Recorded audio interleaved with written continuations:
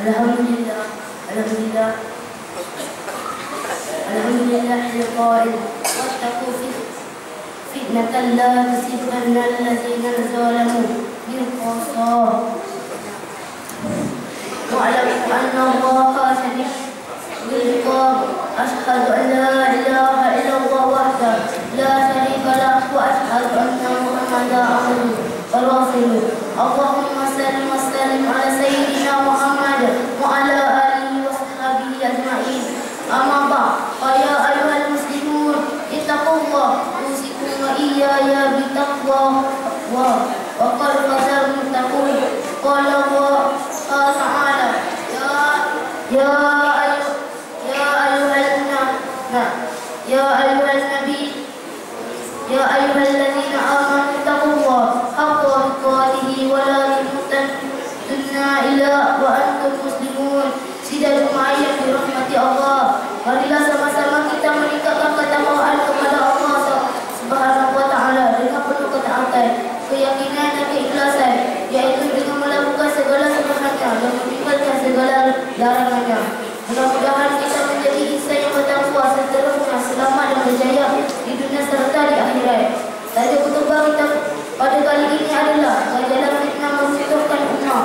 Sidang jemaah yang dirahmati Allah, fitnah bermaksud tuduhan sama ada berita, kisah dan sebagainya yang diada-adakan bertujuan memburukan atau memusnahkan seseorang, sesebuah institusi atau kumpulan dan seumpamanya.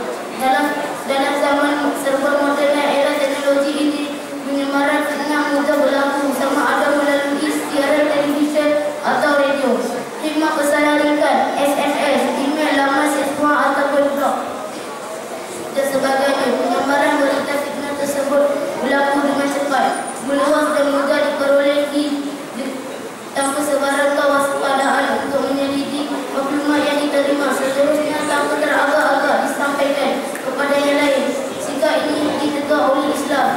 Ini kerana Islam menganjurkan umatnya agar setiap berita yang sampai terutamanya melalui orang yang digolongkan sebagai fasik, iaitu mereka yang tidak mempedulikan perintah Allah Subhanahu wa taala, diselidiki terlebih dahulu sebelum disebarkan kepada yang lain. Firman Allah Subhanahu wa taala dalam surah Al-Hujurat ayat 6, ya ayyuhallazina amanu in ja'akum fasiqun binaba fatabayyanu an tusibu qauman bi jahalatin tusbihu ala ma fa'altum nadimin.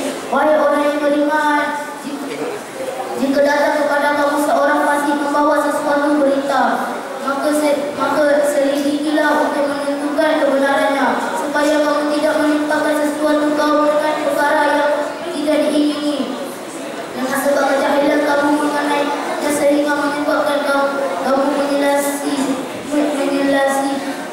apa yang kamu telah lakukan. Berdasar ayat tersebut, wajib bagi setiap muslim menghalusi segala berita yang diterima supaya tidak terbabit dalam kancah berita berunsur fitnah. Sebarang berita yang diterima terlebih dahulu perlu dipastikan kebenarannya. Kebijaksanaan dan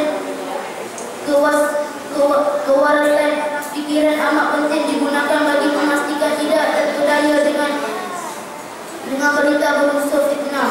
Budaya menabur fitnah adalah sesuatu yang keji dan amat dibenci oleh Islam, sehingga ianya dikategorikan sebagai dosa besar dalam Islam.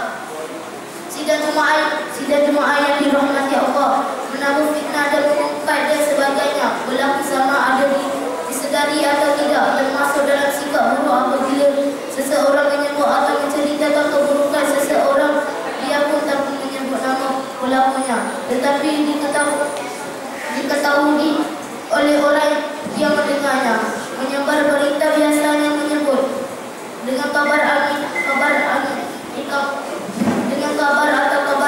Bagaimanapun apabila berita tersebut disampaikan daripada seorang ke seorang, diulang-ulang maklumat yang belumlah sahih, itu seolah-olah sudah menjadi fakta dan berita benar.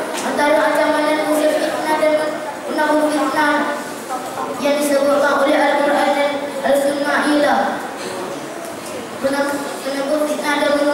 diibaratkan sebagai segaji-gaji manusia. Hadis daripada Abu Rahman Al-Jambi radhiyallahu anhu bahwa Rasulullah sallallahu alaihi wasallam bersabda, "Sirarul ibadillah al-masyaa'una bin-namima al-mufarriqun baina ahibba al-mahun al-bughah al-anat." Kisah yang berkasih sayang dan mereka yang mencari-cari kesalahan terhadap orang yang tidak bersalah. Riwayat Imam Ahmad. Menabuh fitnah dan mengingkari muka-muka seperti memakan dari saudara seagama. Sesungguhnya manusia yang waras tidak sanggup memakan dari manusia, jika pula dari saudara sendiri. Firman Allah Subhanahu wa taala dalam surah Al-Hujurat ayat 12. Bermaksud wahai orang yang beriman, jauhilah kebanyakan daripada sangkaan, kerana sesungguhnya sebahagian daripada sangkaan itu adalah dosa. Janganlah kamu memikir atau mencari-cari kesalahan dan keaiban orang. Janganlah setengah kamu mengumpat setengah yang lain. Adakah seseorang daripada kamu suka memakan daging saudara yang telah mati?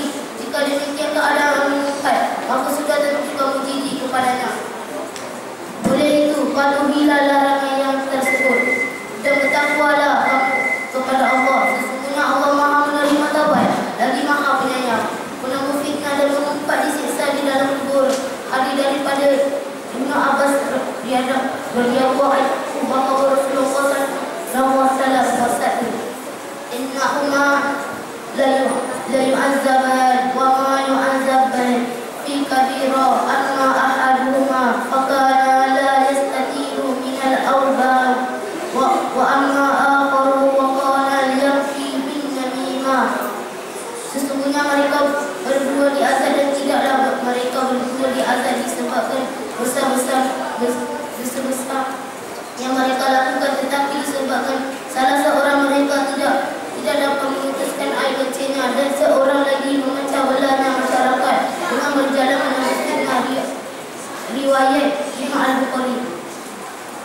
Nabi SAW menyebutkan bahawa penangguh fitnah tidak masuk syurga. Hadis daripada Hudzaifah radhiyallahu anhu bahwa Rasulullah SAW bersabda, "La yadkhulul jannata tidak masuk syurga orang yang suka menangguh fitnah." Riwayat Imam Al-Bukhari. Barakallahu li wa lakum bil Qur'anil hakim wa nafa'il wa iyyakum bima fihi min ayat wa dzikril hakim wa taqbal minni wa minkum tilawatah innahu huwas samiul alim. Wa qulu qawli hadza wa astaghfirullahal azim li wa lakum wa lisairil muslimin wal muslimat wastaghfiruhu innahu huwal ghafurur rahim.